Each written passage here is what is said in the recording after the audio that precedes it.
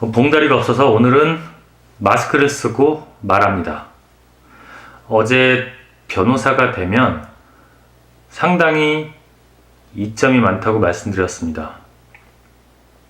변호사들이 변론을 해야 되는 분들은 착한 사람들 뿐만 아니라 억울하게 당하는 사람들 뿐만 아니라 나쁜 일을 한 사람들도 상당히 많습니다.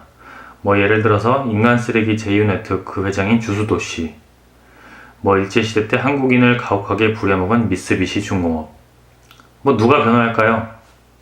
돈 많은 사람들이기 때문에 당연히 대형 로펌들이 변호를 하겠죠. 김앤장이나 전 검찰총장 같은 분들도 해당이 됩니다. 극단적으로 가정을 하나 해보겠습니다.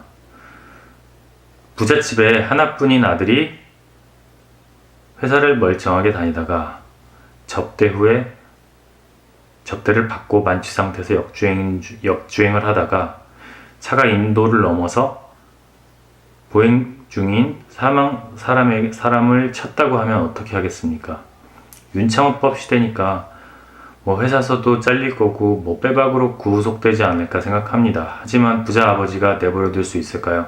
어떻게든 손을 쓰고 싶겠죠. 미치겠지만 말이죠. 아버지는 눈물을 머금고 정관 출신이 즐비한 로펌을 찾아갈 겁니다. 한 손에 돈가방이 들려 있다면 예를 들어서 청담 VIP 클럽에서 2차 후에 프라이빗한 남한산성 근처 공간에서 홀딱 회식을 하다가 약 좋아하는 아들이 사고를 친 경우라고 하더라도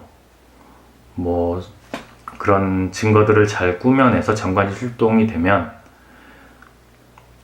상황이 돌변할 수도 있다는 겁니다. 드라마처럼 말이죠. 리가라이 아시지 않습니까? 갑이 전해준 술에 뜬금없이 타미플루 성분이 들어있을 수 있고요. 타미플루 부작용으로 무의식적으로 운전을 하게 되었고 어떤 이유에선지 차로를 향하던 행인이 차량과 충돌을 한 겁니다. 믿거나 말거나 상황들이 밝혀집니다. 말 그대로 드라마 같은 이야기인데요. 드라마죠. 꾸며낸 얘기니까요.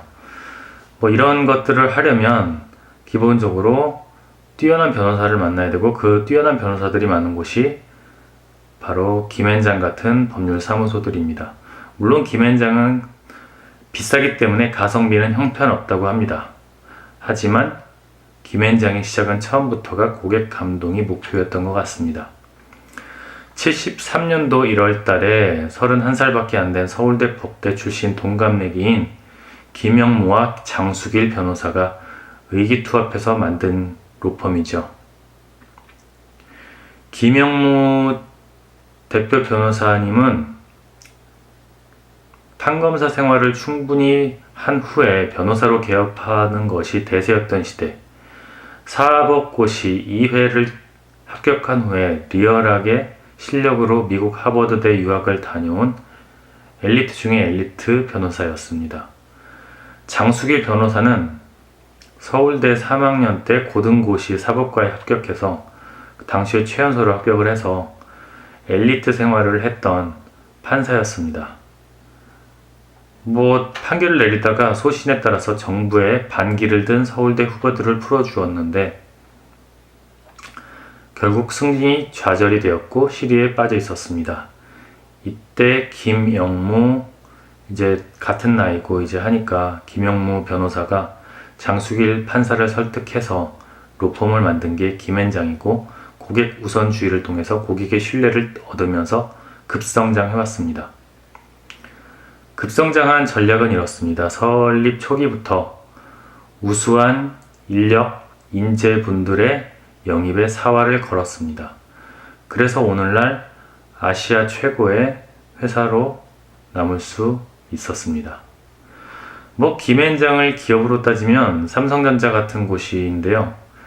장차관을 지낸 고문이 100명 이상 됩니다.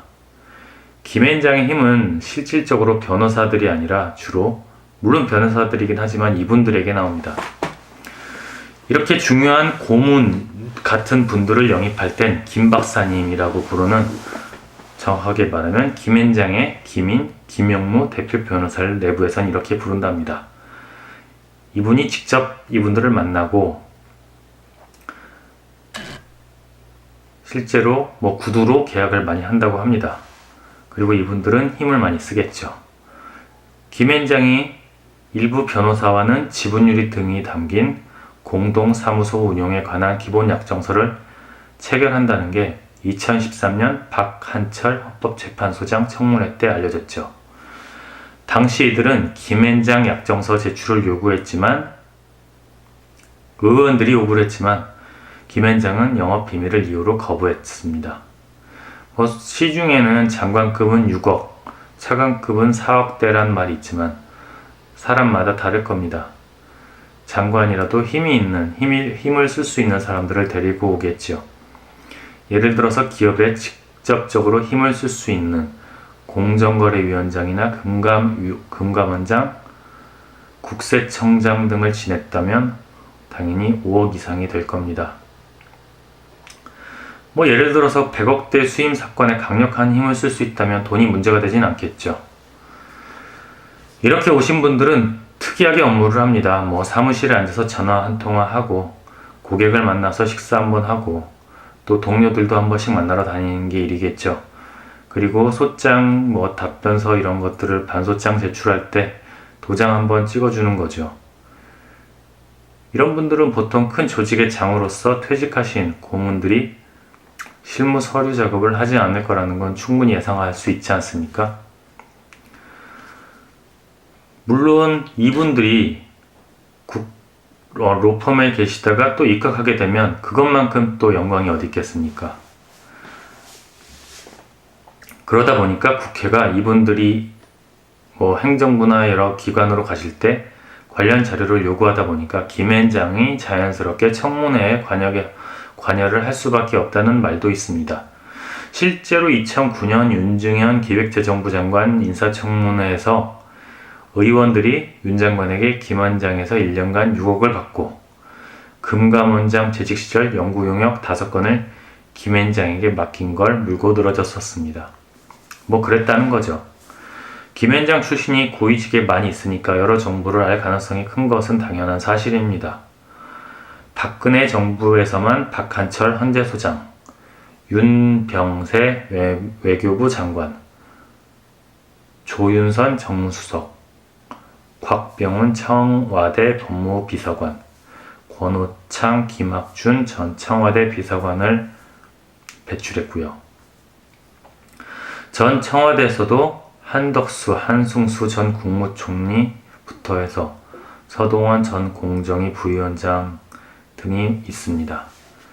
퇴직하면 김앤장을 가고 다시 공직으로 들어가고 소위 회전문 인사라고 하죠.